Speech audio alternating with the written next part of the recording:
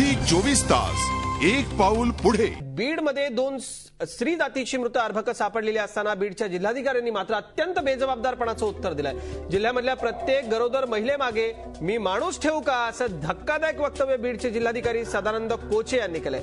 बीडमधल्या स्त्रीभ्रूण हत्या का थांबत नाहीत त्यासाठीच्या विशेष उपाययोजना कधीपासून सुरू होणार असं जिल्हाधिकाऱ्यांना विचारलं असता विधान परिषद निवडणूक टंचाई यामध्ये माझे अधिकारी व्यस्त आहेत, स्त्रीभ्रूण हत्या थांबवण्यासाठी मी काय प्रत्येक गरोदर महिलेमागे माणूस ठेवू का असं धक्कादायक उत्तर जिल्हाधिकाऱ्यांनी दिलंय।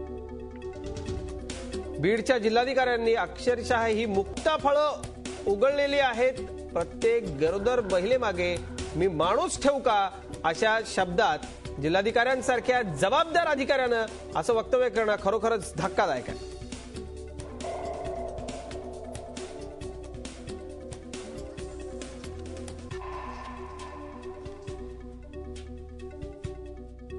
आता प्रत्येक प्रेग्नंट स्त्रीच्या मागे प्रशासनाचा एक व्यक्ती किंवा पोलिसांचा एक व्यक्ती ठेवणं हे प्रशासनाला काही शक्य होणार नाही।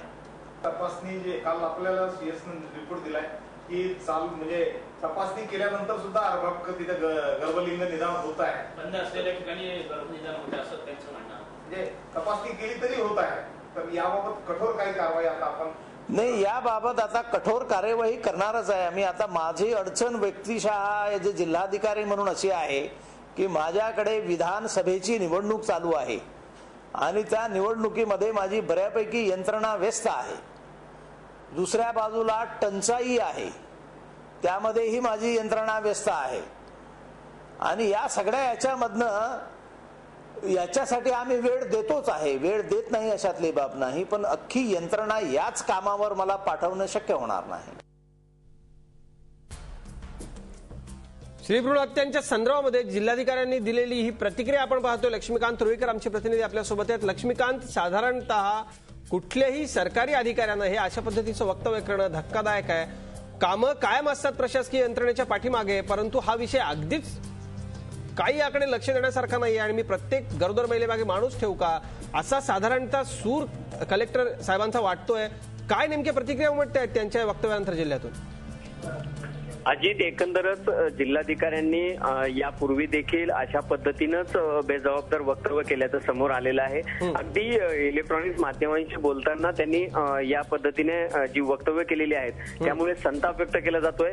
बीड जिल्ह्याच्या दौऱ्यावर असलेल्या चंद्रपूरच्या ज्या आमदार आहेत भाजपच्या शोभाताई फडणवीस यांनी देखील या वक्तव्याचा निषेध केलेला आहे आणि जिल्हाधिकाऱ्यांनी प्रत्येक गर्भवती स्त्री मागं कर्मचारी ठेवावा असं त्यांचं जनतेचं कोणाचंच म्हणणं नाहीये, फक्त त्यांच्या हाताखाली जी यंत्रणा आहे निश्चित लक्ष्मीकांत, कुणाचं असं म्हणणं नाहीये, पण जिल्हाधिकारी समज तसा करून घेत आहेत। माझी यंत्रणा काम करतेत, माझ्याकडे ही काम आहेत। जिल्हाधिकारी काय जिल्ह्याचे मालक नाही आहेत, ते एक सरकारी नोकर आहेत आणि लोकांना त्यांच्याकडून अपेक्षा आहेत, त्यांनी वेगळ्या पद्धतीने यंत्रणा त्या ठिकाणी शासनाकडे मागणी केली पाहिजे असं उत्तर न देता त्यांनी हे अशा पद्धतीचं उत्तर दिलेलं आहे। सामाजिक संघटना, महिलांच्या बाबतीत काम करणाऱ्या संघटना आणि स्त्रीभ्रूण हत्येच्या विरोधात काम करणाऱ्या संघटनांना याबद्दल काय वाटतंय? जिल्ह्यामध्ये काय प्रतिक्रिया येतात? एकंदरच अजित, या सर्व प्रकरणात जिल्हाधिकारी हे अत्यंत जबाबदार अधिकारी आहेत, मात्र त्यांना त्यांच्या पदाचा बहुतेक विसर पडलेला असावा आणि त्यांनी पुरुषी मानसिकतेतून हे वक्तव्य केलं असावं अशा प्रतिक्रिया येत आहेत। जिल्हाधिकाऱ्यांनी या बाबतीत यंत्रणा कामाला लावणं अपेक्षित असताना जिल्हाधिकारी मात्र बेजबाबदारीनं मला काय तेवढंच काम आहे का, माझ्या पाठीमागे निवडणूक आहे, माझ्या पाठीमागे टंचाईची कामं आहेत आणि त्यामध्ये माझी यंत्रणा कामाला लागलेली आहे, गुंतलेली आहे आणि त्यामुळे मी याकडे तेवढं लक्ष देऊ शकत नाही। 15 दिवसांनी माझी यंत्रणा फ्री झाल्यानंतर मी या बाबतीत काय तो निर्णय घेईल। म्हणजे हा विषय एवढा लाईटली घेतला जातोय जिल्हा प्रशासनाकडून आणि बहुतेक जिल्हाधिकाऱ्यांसारखे मानसिकता असलेले अनेक लोक या जिल्ह्यामध्ये अधिकारी वर्ग पदावर बसलेली आहेत आणि त्यांच्यामुळे सुधा मुंडे सारखे लोक मोकाट फिरतायत असंच म्हणावं लागेल अजित। नाही, आणि निश्चित लक्ष्मीकांत, कलेक्टर साहेबांचं हे जे उत्तर आहे जिल्ह्यामधल्या सगळ्या जबाबदार राजकारण्यांनी पदाधिकाऱ्यांनी देखील ऐकलं असेल अशी आपण अपेक्षा करूयात आणि कलेक्टर साहेब या संदर्भामध्ये कारवाई करतील। या संदर्भात आपण ही बातमी लावून धरणार आहोत आणि कलेक्टर या सगळ्या कामातून वेळ काढून आता या कामासाठी देखील ते वेळ देतील अशी अपेक्षा आपण करूयात। धन्यवाद या सगळ्या माहितीबद्दल। एकीकडे बीड जिल्ह्यामध्ये स्त्रीभ्रूण हत्यांचं सत्र सुरूच आहे. बीडमध्ये पुन्हा स्त्रीभ्रूण सापडताच एकच खळबळ उडाली आहे. झी 24 तासने बातमी दाखवताच आता बीडमधल्या सगळ्या रुग्णालयांमध्ये सर्च ऑपरेशनचे आदेश देण्यात आले आहेत. 5 डॉक्टरांचं पथक हे सर्च ऑपरेशन करणार आहे. जिल्हा शल्यचिकित्सक डॉक्टर गौरी राठोड यांच्या अध्यक्षतेखालचं हे पथक जिल्ह्यामधल्या सगळ्या रुग्णालयांची पाहणी करणार आहे. जिल्हाधिकाऱ्यांनी हे आदेश दिले आहेत. बीड शहरामध्ये 2 स्त्री अर्भकं सापडली आहेत. बीडमधल्या बार्शीनाका पुलाखाली ही अर्भकं आढळून आली आहेत. मृत अर्भकांपैकी एक 8 महिन्यांचं तर दुसरं 6.5 महिन्यांचं अर्भक आहे. काही दिवसांपूर्वी परळीमधल्या डॉक्टर मुंडेच्या हॉस्पिटलमध्ये एका महिलेचा गर्भपात करताना मृत्यू झाला होता. स्त्रीभ्रूण हत्येच्या प्रयत्नातूनच तिचा मृत्यू झाला होता. स्त्रीभ्रूण हत्यांसाठी कुख्यात असलेला डॉक्टर मुंडे फरार असतानाच बीडमध्ये पुन्हा स्त्री अर्भकं सापडल्यानं पोलीस आणि प्रशासनासमोर आव्हान निर्माण झालंय. बीडमधल्या या प्रकाराबद्दल झी 24 तासनं जिल्हा शल्यचिकित्सक गौरी राठोड यांच्याकडून अधिक माहिती जाणून घेतली होती. आपण पाहूयात काय म्हणतायत सिव्हिल सर्जन बीडच्या. मला एक नगरसेवकांनी फोन करून सांगितलं, तेव्हा इमिजिएटली आम्ही तिथून ते अर्भक आणून घेतलं.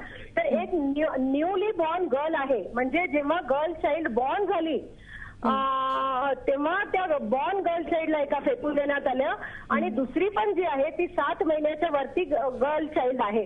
म्हणजे या लोकांनी जेव्हा मुलगी आधी तर पहिले भ्रूण हत्या करत होते, गर्भातच मुलीचा हे करत होते, पण आता मुली जन्मलेल्या मुली आहेत. तर यांनी जन्मलेल्या मुलीला सुद्धा अशा प्रकारे कचरा कुंडीमध्ये टाकून दिलेले आहे. आणि आता ह्याचं पोस्टमॉर्टम करण्यासाठी मी मेडिकल कॉलेज अंबेजोगाईला बॉडी पाठवलेली आहे. तर त्याच्यामध्ये की या मुलीचा प्रथम दर्शनी यांचा गर्भ 7 महिन्यापेक्षा जास्त आणि 9 महिन्याच्या आत असा एकाचा आहे आणि एकाचा कम्प्लीट 9 मंथ्स असा आहे. अक्षरशः ऐकून देखील आपल्याला संताप येतोय. मात्र ज्यांनी कारवाई करायची आहे ते बीडचे कलेक्टर मात्र मला वेळ नाहीये, माझ्याकडे निवडणुकीची कामं आहेत, टंचाईची कामं आहेत, माझी यंत्रणा मोकळे झाल्यानंतर मधल्या स्त्रीभ्रूण हत्या संदर्भामधली चौकशी सीआयडीकडे सोपवण्यात यावी आणि बीडच्या पालकमंत्र्यांनी राजीनामा द्यावा अशी मागणी शिवसेनेच्या प्रवक्त्या नीलम गोरे यांनी अशी मागणी केली. बीड जिल्ह्यामध्ये स्त्री अर्भक सापडण्याच्या ज्या घटना झाल्या याबद्दल काय आतापर्यंत पावलं उचलली हे स्पष्ट झालेलं नाहीये. मी अशी मागणी करते की स्वतः पोलीस अधीक्षकांनीच सांगितलेलं आहे की ते अक्षम आहेत, बीड जिल्ह्यामध्ये त्यांच्यावर दबाव आहे. तर या नवीन ही जी अर्भकं सापडली आहेत त्याचा तपास हा आत्ताच पोलिसांनी सीआयडीकडे सोपवावा. झी 24 तास एक पाऊल पुढे.